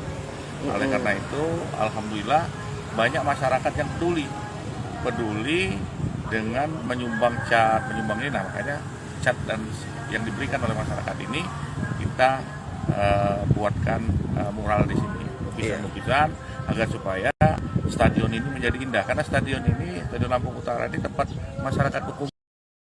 Tribuners, informasi tadi sekaligus menutup perjumpaan kita dalam live update hari ini. Jangan lupa saksikan terus live update di seluruh kanal YouTube dan Facebook Tribun Network. Masih di tengah pandemi, Tribuners, kami terus mengingatkan Anda untuk selalu menerapkan protokol kesehatan dimanapun Anda berada. Saya Firda Nana, mewakili kru petugas, pamit undur diri. Terima kasih dan sampai jumpa. Jangan lupa